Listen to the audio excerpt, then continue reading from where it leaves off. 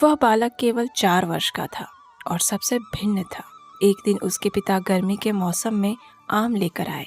अब फलों का राजा आम किसे नहीं पसंद होता, है ना? और ये तो फिर भी छोटा सा बालक था और उस बालक ने अपने प्रिय आम को खा लिया। जब उसके पिता को इस बात का पता चला तो अपने पुत्र को शिक्षा देने के लिए उन्होंने उसे समझाया कि यह आम अभी भगवान को अर्पित किया हुआ नहीं था और भगवान को अर्पित किए बिना हम कोई भी चीज़ नहीं खाते, बस। और उसी दिन इस बालक ने एक भीष्म प्रतिज्ञा को भगवान का अपराधी मानते हुए इस केवल 4 वर्ष के बालक ने आजीवन आम न खाने का निर्णय लिया। और क्या आप जानते हैं, ये वही बालक है जिन्होंने कुछ ही वर्षों पश्चात पतन उन्मुख गौड़ीय वैष्णव सिद्धांत की पुनः स्थापना की और कृष्ण भक्ति की लहरों से जन जन को आप्लावित कर दिया। जी हाँ, हम बात कर रहे हैं महान वैष्णव आचार्य श्रील भक्ति सिद्धांत सरस्वती ठाकुर महाराज की। उनके जीवन के कुछ अंशों की यात्रा शुरू कर सके। 6 फरवरी 1874 के दिन जगन्नाथपुरी में वहां के डेप्यूटी मजिस्ट्रेट और स्वयं श्री चैतन्य महाप्रभु की गुरु परंपरा में आने वाले एक महान वैष्णव आचार्य श्रील भक्ति विनोद ठाकुर तथा उनकी पत्नी भगवती देवी के घर में एक अत्यंत तेजस्वी बालक का जन्म हुआ, जिसका नाम बिमला प्रसाद रखा गया। जब यह बालक केवल 6 मास का था, उस समय रथ यात्रा के दौरान जगन्नाथ जी के रथ को श्रील भक्ति विनोद ठाकुर के घर के पास रोका गया और सबके आश्चर्य के बीच जगन्नाथ जी का रथ 3 दिन तक वहां से हिला नहीं। अंत में जब भगवती देवी नन्हे से बिमला प्रसाद को लेकर भगवान जगन्नाथ जी के समक्ष आए तो बालक ने 2 हाथ उठाकर जगन्नाथ जी के चरण स्पर्श किए और उसी क्षण जगन्नाथ जी के गले का एक हार गिरकर इस बालक के ऊपर आशीर्वाद के रूप में गिरा और उसके बाद ही जगन्नाथ जी का रथ आगे बढ़ पाया। श्रील भक्ति विनोद ठाकुर ने भगवान से विशेष प्रार्थना की थी कि उन्हें एक ऐसा पुत्र प्राप्त हो जो कि श्री चैतन्य महाप्रभु के मिशन को आगे बढ़ा सके, और उन्हीं की प्रार्थना के परिणाम स्वरूप उन्हें यह पुत्र प्राप्त हुआ था। जब बिमला प्रसाद 5वीं क्लास में ही थे, उस समय उन्होंने एक नई लेखन पद्धति विकांतो ढूंढ निकाली। बचपन में ही उन्होंने ज्योतिष शास्त्र और खगोल शास्त्र में विद्वत्ता प्राप्त कर ली थी। जब वे कॉलेज में आए तब उन्होंने पृथ्वीधर शर्मा के मार्गदर्शन में वेदों और अन्य तत्वज्ञान का गहरा अध्ययन किया।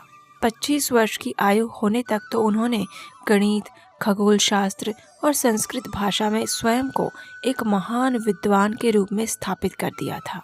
उन्होंने ज्योतिर्विद और बृहस्पति ये नाम के 2 जर्नल का प्रकाशन आरंभ किया और उसके साथ ही अनेक आर्टिकल्स तथा पुस्तकों का प्रकाशन भी किया, जिसमें से उन्होंने खगोल शास्त्र पर आधारित अत्यंत प्राचीन पुस्तक सूर्य सिद्धांत प्रकाशित किया। उनकी विद्वत्ता के कारण उन्हें सिद्धांत सरस्वती की उपाधि दी गई। 1895 में श्री सिद्धांत सरस्वती ने त्रिपुरा के राजमहल में अनेक कार्यभार संभाले, जिसमें त्रिपुरा के राजवंश के जीवन चरित्र के लिए एडिटर, राजकुमारों को बंगाली और संस्कृत सिखाने के लिए उनके अध्यापक तथा राजमहल में हो रही विभिन्न प्रवृत्तियों में मुख्य निरीक्षक के रूप में उन्होंने कार्य किया। लेकिन कुछ ही समय में राजकीय दावपेचों के कारण उस नौकरी को छोड़ दिया। 1898 में श्री सिद्धांत सरस्वती ने अपने पिता श्रील भक्ति विनोद ठाकुर के साथ काशी, प्रयाग, गया इत्यादि तीर्थ स्थानों की यात्रा की और अनेक स्थानों पर शास्त्रार्थ चर्चा में भाग लिया, और वहीं से उनके मन में संन्यास लेने की इच्छा तीव्र बनी। उनके मन के भाव को समझते हुए उनके पिता ने उन्हें महान वैष्णव आचार्य श्रील गौर किशोरदास बाबाजी महाराज से दीक्षा लेने के लिए प्रेरित किया। लेकिन गौर किशोरदास बाबाजी महाराज साक्षात वैराग्य की मूर्ति थे, इसलिए उन्होंने श्री सिद्धांत सरस्वती को शिष्य के रूप में स्वीकार करने से मना कर दिया। लेकिन इस ओर श्री सिद्धांत सरस्वती अपने निश्चय में दृढ़ थे। उन्होंने प्रतीक्षा की और श्री गौर किशोरदास बाबाजी महाराज के मन को अपने आचरण तथा समर्पण भाव से जीत लिया। आखिरकार श्री गौर किशोरदास बाबाजी महाराज ने उन्हें दीक्षा प्रदान की और सभी कार्यों को त्याग कर भगवान के शुद्ध संदेश का प्रचार करने का आदेश दिया। श्रील भक्ति सिद्धांत सरस्वती ने निर्भयता पूर्वक गौड़ीय वैष्णव सिद्धांत की स्थापना और प्रचार किया। उन्होंने जाति प्रथा और अपसंप्रदायों के विरुद्ध तार्किक तथ्यों के माध्यम से सत्य की स्थापना की और इसीलिए उन्हें सिंह गुरु के नाम से भी जाना जाता है। कोई भी मायावादी उनके समक्ष आने की हिम्मत नहीं कर पाता था। एक बार वृंदावन के मधुसूदन दास गोस्वामी और गोपी वल्लभपुर के विश्वम्भरानंद गोस्वामी द्वारा श्रील भक्ति सिद्धांत सरस्वती को एक शास्त्रार्थ के लिए मिदनापुर में आमंत्रित किया गया। वहां भारत के विभिन्न भागों में से अनेक पंडित त्रिदिवसीय चर्चा के लिए एकत्रित हुए थे। चर्चा के प्रारंभ में कुछ स्मार्त ब्राह्मणों ने यह स्थापित करने का प्रयास किया कि शूद्र परिवार में जन्म लेने वाला कोई भी व्यक्ति, भले ही वह प्रमाणित आध्यात्मिक गुरु से दीक्षित क्यों न हो, लेकिन फिर भी वह कभी शुद्ध नहीं बन सकता और भगवान की विग्रह सेवा तथा शिष्य बनाने के ब्राह्मण के कार्य नहीं कर सकता। उपस्थित अनेक ब्राह्मणों द्वारा इस प्रकार चर्चा करने के बाद अंत में श्रील भक्ति सिद्धांत सरस्वती उठे और उन्होंने अपना वक्तव्य प्रारंभ किया। प्रारंभ में उन्होंने शास्त्रों के माध्यम से ब्राह्मणों के सर्वोच्च स्थान की प्रशंसा की, लेकिन बाद में उन्होंने वैदिक श्लोकों द्वारा वास्तविक ब्राह्मण कौन है उसकी व्याख्या की और उसके साथ ही इस तथ्य को स्थापित किया कि कोई भी व्यक्ति, भले ही उसका जन्म शूद्र परिवार में हुआ हो, लेकिन यदि उसके अंदर ब्राह्मण के गुण हैं तो उसे ब्राह्मण ही मानना चाहिए। और इससे विपरीत यदि कोई व्यक्ति ब्राह्मण कुल में जन्मा है लेकिन उसके गुण और आचरण शूद्र के हैं तो वह वास्तविक ब्राह्मण नहीं है। चर्चा के अंत में उनकी विद्वत्ता की आयोजकों द्वारा प्रशंसा की गई और यह वैष्णव सिद्धांत का प्रथम विजय दिवस था। अनेक धन लोलुप तथा कथित गोस्वामी लोगों द्वारा विरोध करने के बावजूद भी उन्होंने श्रीधाम मायापुर में योगपीठ स्थान पर भगवान श्री चैतन्य महाप्रभु के प्राकट्य स्थान को ढूंढ निकाला और वहां एक सुंदर गौड़ीय मठ मंदिर की स्थापना की।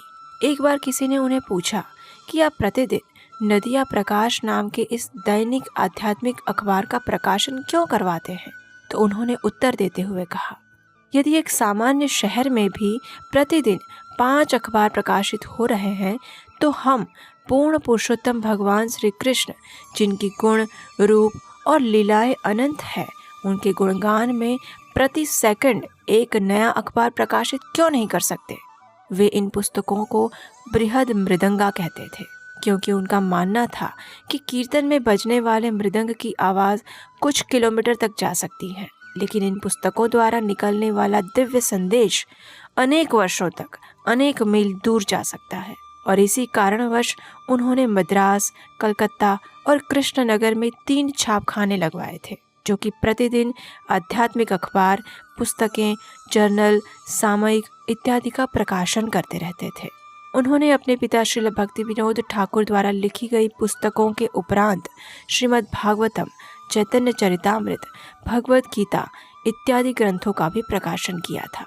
1914 में गदाधर पंडित के तिरुभाव के दिन श्रील भक्ति सिद्धांत सरस्वती के पिता श्रील भक्ति विनोद ठाकुर ने अपना शरीर त्याग दिया, लेकिन जाने से पहले उन्होंने श्रील भक्ति सिद्धांत सरस्वती को विश्व के हर कोने में भगवान श्री चैतन्य महाप्रभु और 6 गोस्वामी की शिक्षाओं का प्रचार करने का आदेश दिया। कुछ वर्षों पश्चात श्रील भक्ति सिद्धांत सरस्वती की माता भगवती देवी भी जब मृत्यु शैया पर थी, तब उन्होंने भी श्रील भक्ति सिद्धांत सरस्वती के हाथ पकड़कर उनसे प्रार्थना करते हुए अपनी आखिरी इच्छा प्रकट की और वह इच्छा थी श्री चैतन्य महाप्रभु के संदेश का प्रचार। माता पिता के चले जाने के बाद श्रील भक्ति सिद्धांत सरस्वती ठाकुर के आध्यात्मिक गुरु श्रील गौर किशोरदास बाबाजी महाराज ने भी इस भौतिक संसार का त्याग कर दिया। ठाकुर ने दुगनी गति से और अधिक उत्साह से प्रचार कार्य प्रारंभ किया। कृष्ण भावनामृत के प्रचार को बढ़ाने के लिए उन्होंने अनेक टेक्नोलॉजी का प्रयोग किया और रचनात्मक रूप से श्री कृष्ण तथा श्री चैतन्य महाप्रभु की लीलाओं तथा संदेश का विविध साधनों और प्रदर्शनों के माध्यम से प्रचार किया। प्रचार के लिए इन क्रांतिकारी और रचनात्मक माध्यमों का उपयोग करने की प्रेरणा उन्होंने रस आचार्य श्रील रूप गोस्वामी द्वारा स्थापित किए गए युक्त वैराग्य के सिद्धांत से प्राप्त की थी। एक निर्भय प्रचारक होने के साथ साथ वे अनेक दिव्य गुणों से भी सुसज्जित थे। उन्होंने भारत भर में 64 गौड़ीय मठ मंदिरों की स्थापना की तथा 25 अत्यंत बुद्धिमान और शिक्षित युवाओं को संन्यास की दीक्षा प्रदान की। इसके उपरांत उन्होंने लंदन, बर्मा, इंग्लैंड एवं जर्मनी में गौड़ीय केंद्रों का प्रारंभ किया तथा अपने शिष्यों को विदेश में कृष्ण भावनामृत का प्रचार करने के लिए भेजा। आप में से शायद कुछ लोगों को नहीं पता होगा कि श्रील भक्ति सिद्धांत सरस्वती ठाकुर ही इस्कॉन के संस्थापक आचार्य श्री AC भक्तिवेदांत स्वामी श्रील प्रभुपाद के भी आध्यात्मिक गुरु थे। उनकी ही कृपा से श्रील प्रभुपाद ने संपूर्ण विश्व में कृष्ण भावनामृत आंदोलन का प्रचार किया और इस्कॉन की स्थापना की। श्रील भक्ति सिद्धांत सरस्वती ने जब देखा कि उनका प्रचार कार्य अब अपनी प्रगति की ओर अग्रसर हो रहा है, तो उस समय उन्होंने इस भौतिक संसार से अपनी लीला समेटने का निश्चय किया और श्री श्री राधा माधव की नित्य सेवा में प्रविष्ट होने के लिए 1 जनवरी 1937 के दिन प्रातः काल में उन्होंने अपने इस भौतिक शरीर का त्याग कर दिया। गोलोक वृंदावन में भगवान श्री कृष्ण और राधा रानी की नित्य लीला में श्रील भक्ति सिद्धांत सरस्वती नयन मंजरी के रूप में अपनी सेवा करते हैं।